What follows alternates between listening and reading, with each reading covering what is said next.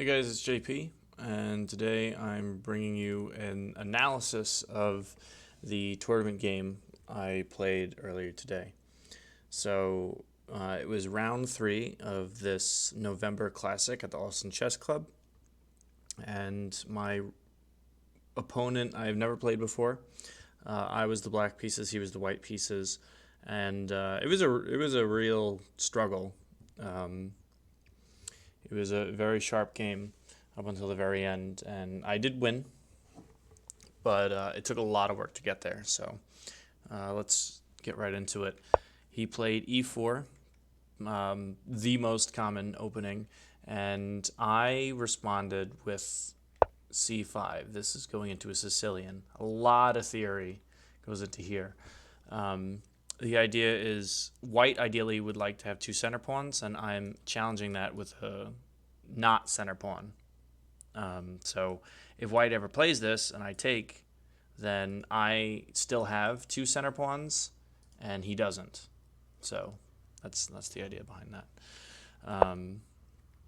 Plays a developing move, and now d6. White can never push this pawn because I will take it. That's all that really is.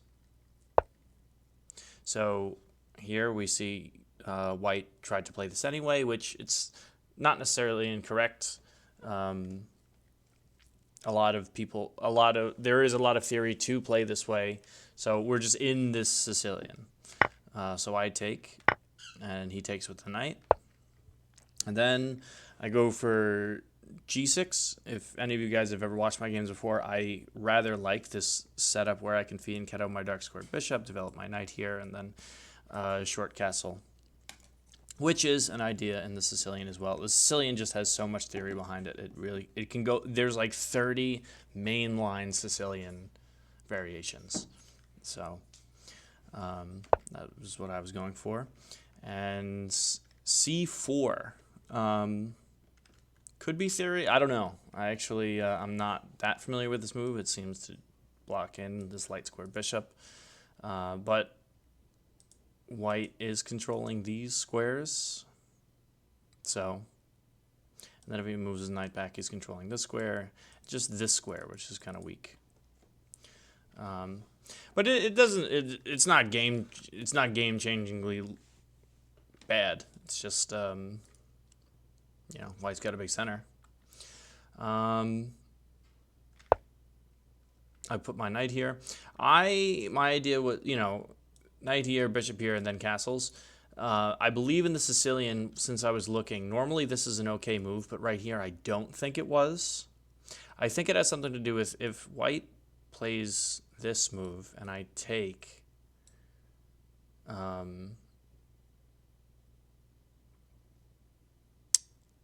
then I think he can move his knight. I don't know. Something. Oh, well, let's look at the engine.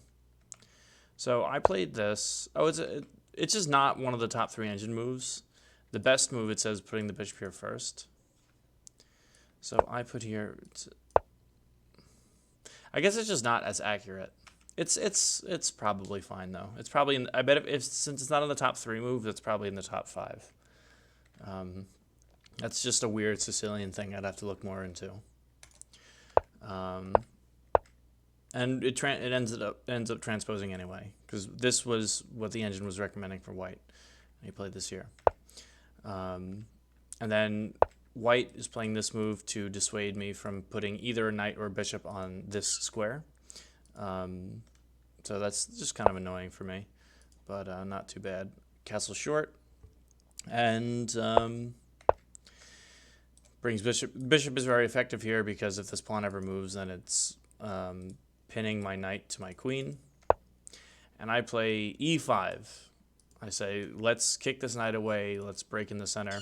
I didn't realize that this is actually a mistake, and we'll see why. So he moves his knight away, and I'm like, okay, great. I forced him to do this. I'm going to continue to develop tempo. So I played a6, but I didn't see knight takes d6. That was just bad from me. I didn't see that. I can't recapture with my queen, because his queen is guarding this. He's got 2 attackers on here. I just lose a pawn here. This is just me playing poorly. Normally, I have a pawn either on the e file or the c file to support this pawn in the event that it's taken, but I don't. I needed to preempt this move with maybe developing my queen first. Something. I'm putting my knight here. But anyway, this was a mistake. And so now I put my queen here. And white decides to take this. I think this is a mistake, personally. Well, and the engine disagrees. My logic was, white has moved this piece like 4 times now, and then he's going to trade it off. So he invested all of those moves into that piece, and then he's going to trade it off for my piece that hasn't moved yet, which seems strange to me, but the engine says it's great, so it's got to be great. I just recapture. Now, my pieces are a little awkward. They're sort of bunched up, and we'll see how this comes to hurt me a little bit in a couple of moves. So white offers a queen trade here, which makes sense for him because he's not castled yet. See, my king is much more safe. His is out in the open, and my pieces are starting to mobilize. So he figures, okay, well, if I trade off the queens, then he's not in as much danger because the queen is the most powerful piece with the most mobility, and his king is in the most danger. So get rid of this piece. So I said, no, I don't want to trade off my queen. It's a good general rule. When you plan on attacking your opponent, when your king is more safe than your opponent's, you generally want to keep the queens on the board to use the power of that queen to your advantage. And so he castles long. I disagree with this because I have a half-open C file, meaning that he has a pawn here, but my pawn has been removed from the C file, which is actually good for me because it opens up my rooks to attack. And my queen's already here, so this seems good for me. And I put my knight here. I wanted to get rid of this piece, and I figured if I could swing it from here to here, then I would have 1, 2, 3 attackers on this pawn, and he only has 2 defenders.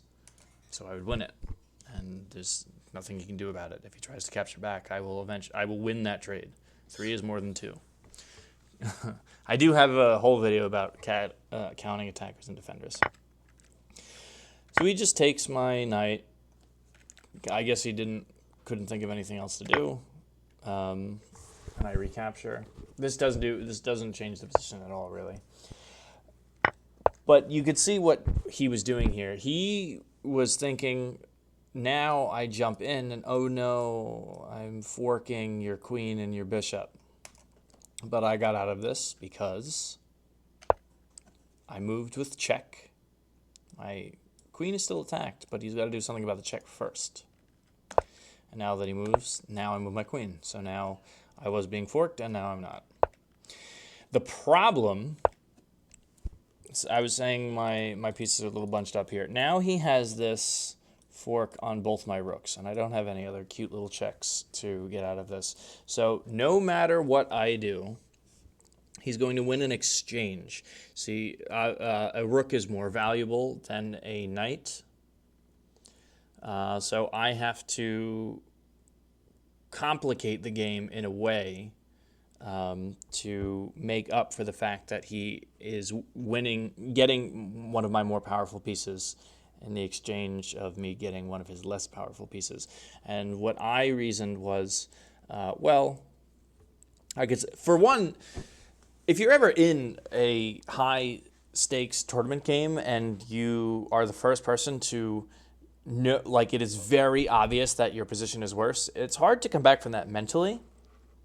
So that's one thing you have to deal with, and I am reconciling with this, but I am reasoning that, okay, well, I'm losing an exchange, but this knight is usually a high priority defender to keep by his king, and by, yes, he's winning an exchange, but because he doesn't have this knight here, that is, he's losing a very important defender of his king. Normally the knight is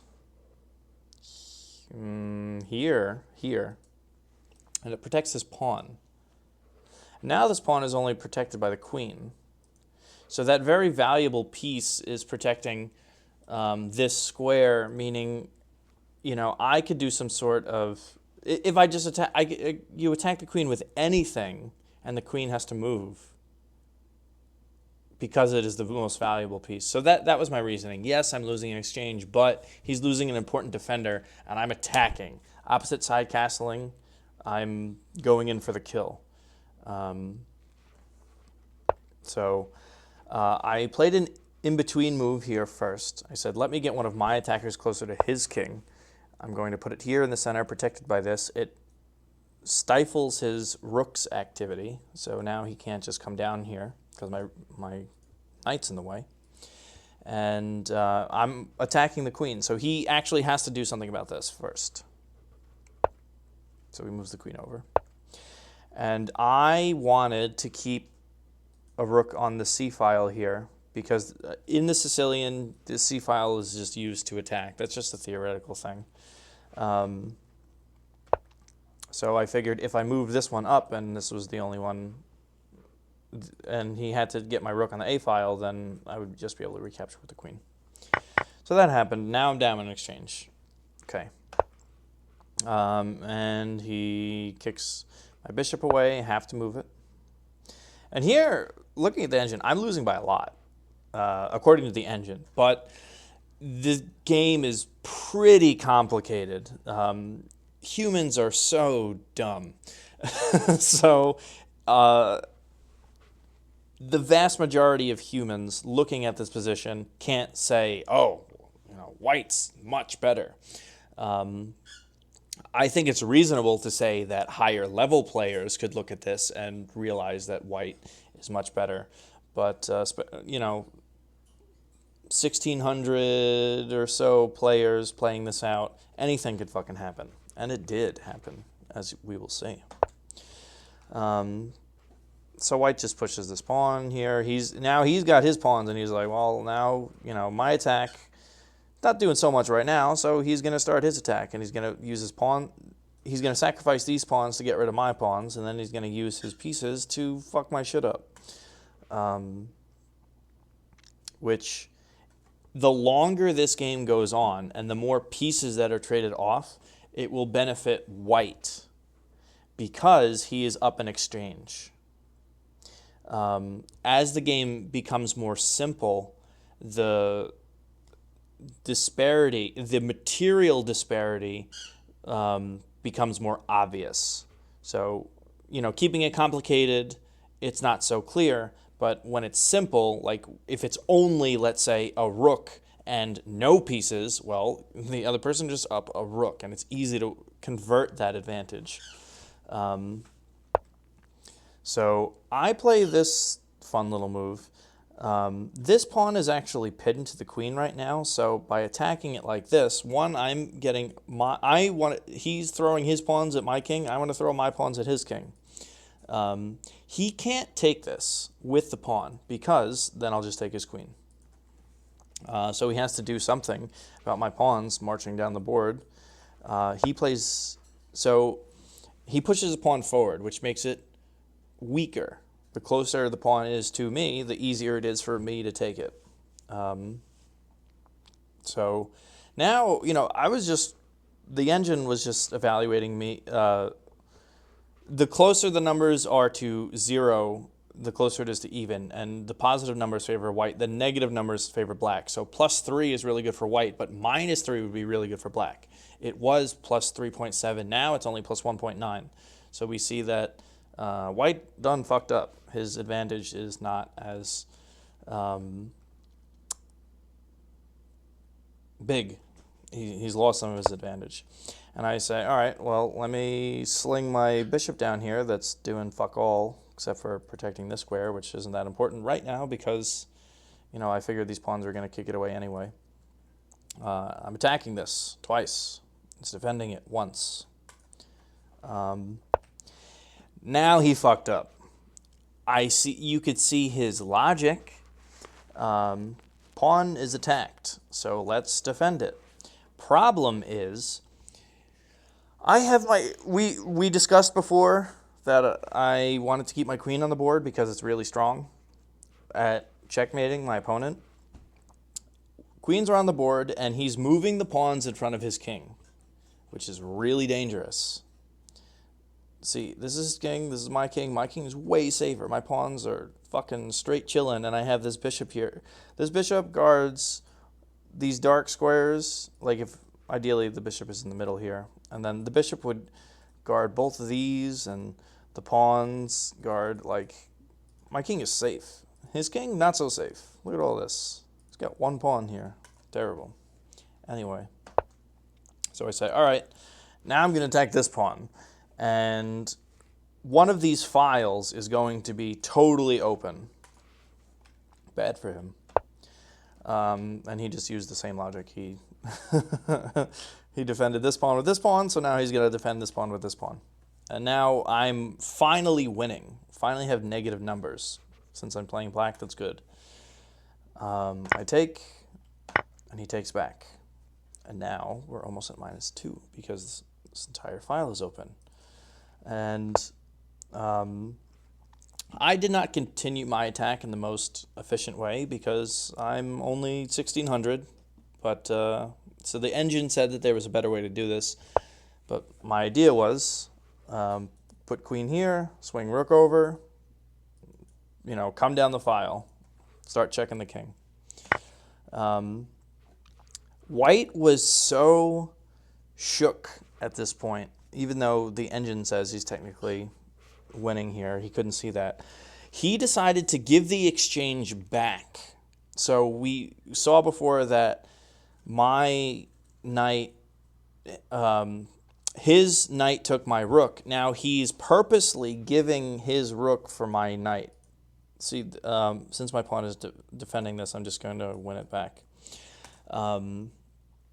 Because I have this and this and this, all bearing down on his king. So he wants to try to get rid of some of these attackers. So I understand the logic, but misguided. -5. So not only do I take the rook, but now I'm attacking the queen. He's got to do something about that, so he gets that. Again, I was -5, now I'm only -1. This wasn't the most ideal way to continue the attack, but I'm a puny 1600, and I'm trying my best. But no pawns in front of the king. Queen and rook coming down the file. Real fucking scary, let me tell you. I wanted to get my bishop involved in the attack too. Problem is, if I move my bishop right now, the queen comes down and checks, and that's just annoying because if my bishop was here, my king has nowhere to go, and I just have to move the bishop back. So I saw that, and I didn't want to do it. So he defends. He sees I'm coming and pushes bishop in the center. His queen is in a really good spot, actually. Probably better if it was on a light square, maybe one of these, just because the possibility of my dark square bishop eventually coming to this diagonal. But the centralized queen is very good at defending. And now I want to, I checked, so now I can bring my rook down, and he's very, very upset right now, very scared. Now I got these two very powerful pieces near his king. There's a general rule of +2. Usually, to checkmate the opponent, you need 2 more attackers than defenders.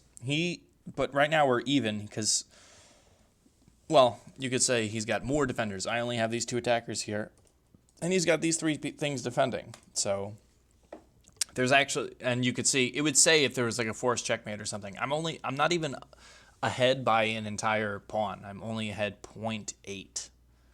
So it's great that his king is super exposed, but I can't deliver checkmate just yet. I gotta amp it up because can't go here. You know, his bishop is protecting this.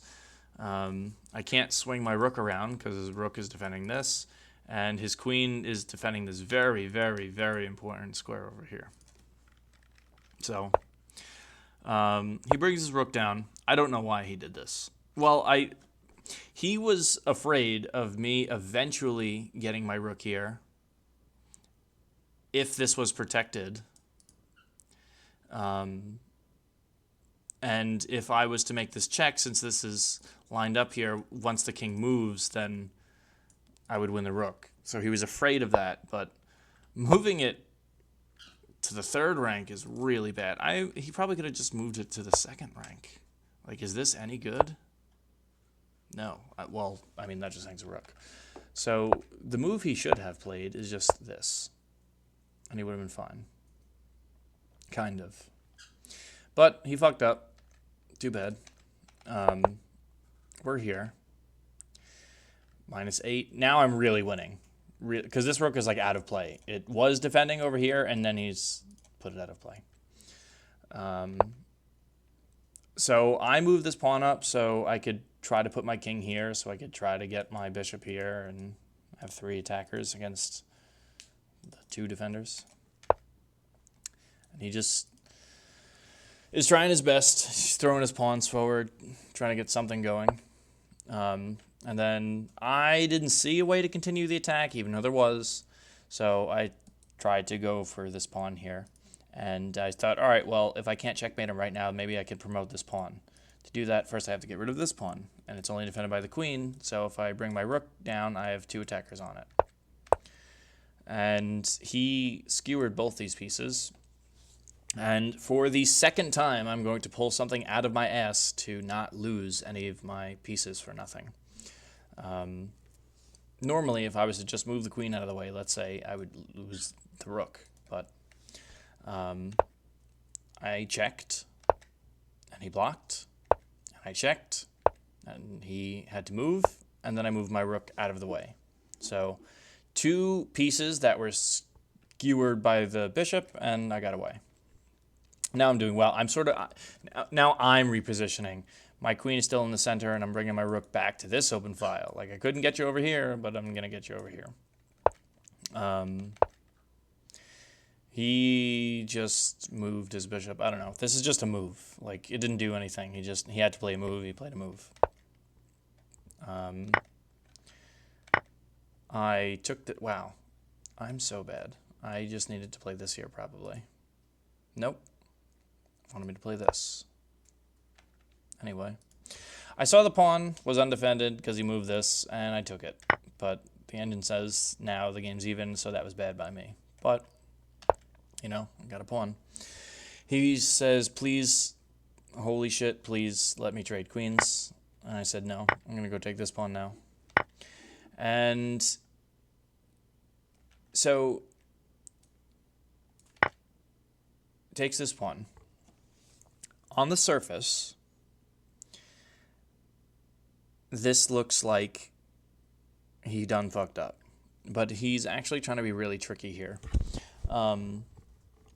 If I was to take his bishop back, I would be losing terribly.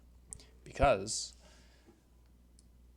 if takes, then check. He's checking and attacking my rook. Very upsetting. So I saw that, and I said, no thank you. I just moved away. And now, this looks kind of scary. Now he's got a lot of shit coming down on me. And this is protected, so if he took this, you know, the queen's here. I think that's mate. If I don't do something about it. Like, let's say I play a nothing move. Yeah, then he's like, plus... Oh, well, that's just the queen. I don't know. Maybe this is nothing move. Yeah, mate in 1. Like, if I made the wrong move, he has made... That's checkmate. But I found the best move. And I swung my rook over. And he blocked. And finally, we come to a point where I found a move that I was very proud of. This would be the point where you should pause the video and try to find Black's best move. There's only like one move. Because if you fuck it up, you're going to get checkmated soon. Like in one move or two moves. So I hope you've had some time to look. That move is Queen B3 check. Computer says minus 50. Minus 50 is such a substantial advantage that you have to essentially lose on purpose to lose. Because the king, or I'm sorry, the bishop is pinned to the king because of my rook. This bishop cannot take my queen. As a matter of fact, this bishop cannot move at all. Because the king is in check, the king has to move. Once the king moves, I'm going to capture the bishop. The queen cannot recapture my rook because my queen guards this square too. So he moves, and I take. And now I'm up a piece. And before we were talking about how material disparities get exacerbated when the game becomes more simple. Well, this is more simple. This is 3 pieces versus 2 pieces. There's not a lot going on for white. So now he's trying to, he can't win at this point, but what I suppose if I was to mess it up, he could draw. Like he could keep checking me with his queen until it's like a draw by repetition. But I played correctly. I found the moves which white has no more checks. And then he just played a move. And here I actually have forced mate in 10, which, you know, who's going to see that? That means if I play the 10 best moves in a row and white plays the 10 best defending moves in a row, it's checkmate no matter what. But that's not going to happen because we're stupid. Stupid humans. So I check him, and he moves, and I check him, and he moves. And here, I actually saw checkmate in 3 at this point. I noticed that he was relegated to this side of the board. If he came along this diagonal, I was going to actually win, because if I checked here with my rook guarding, then he can't move along this diagonal, and this is in the way. So this check, which is what I played in the game, he can't, like I said, if he moves here, it's mate. No matter where he goes, it's going to be checkmate. So he moves back one, and I get my bishop to do something, take this pawn and take this. He has like one legal move. Can't go anywhere along the second rank, and my queen cuts off this rank. So he has to move over here. And then there's like 3 different checkmates here, or more. This, and this, I think, are all checkmate in 1. I use my queen, because why not? Notice that the king can't advance forward because of the rook, and the king can't go this way because of both my queen and my bishop guarding this. So, what did I learn from this game? I learned that the Sicilian is super sharp. Well, I knew that. Useful things I learned was, don't just open the center, or don't just try to open the center for no reason. And I do this. I've made this mistake a lot, because I make this mistake when I play the King's Indian and the Pirk. I tried too hard to attack that knight. I needed to develop a little bit more before I open the center. That's one thing. Another thing I learned was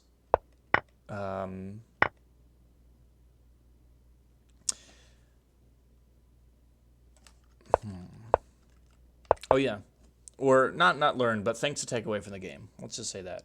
Keep the queens on when you're attacking. If I didn't keep the queens on, I guarantee you I would have lost this game. I just wouldn't have had enough attacking power. Don't give up even when you're down in exchange. That's important. Learn to attack better. Because, like here, I was -5, and then I just played poor moves. Oh, here's a line that I wish I saw. This is such a nice line. Look at this. Look at this. So here, this pawn, normally the pins that I see are in one direction. This pin is like a horizontal pin. So here I could have taken this pawn with my bishop, and white's best move is actually to sacrifice the queen for a rook and a bishop. So white cannot recapture with the pawn because then I take the queen. And that's crazy. I just didn't see that. I thought that was so cool when I ran it through the engine. Yeah, I just take, and then it's a queen versus a rook and a bishop. He's up 3-4. He's up a pawn, but the queen is just like, oh man, like I win this, and then, oh shit, yeah, when I win this. Like this is, wow. And then it boils down to this. So these are engine best moves. Like I didn't just take this on purpose. I didn't just hang that on purpose. Like let's say I go over here. Like this is just so threatening. So yeah, I could have attacked better. I could have not lost an exchange probably. I just put my rooks in a position to get forked by the knight. But overall, it was a pretty good game. I had a lot of fun playing it. And I hope you guys enjoyed the review. So, thanks for watching. Take it easy.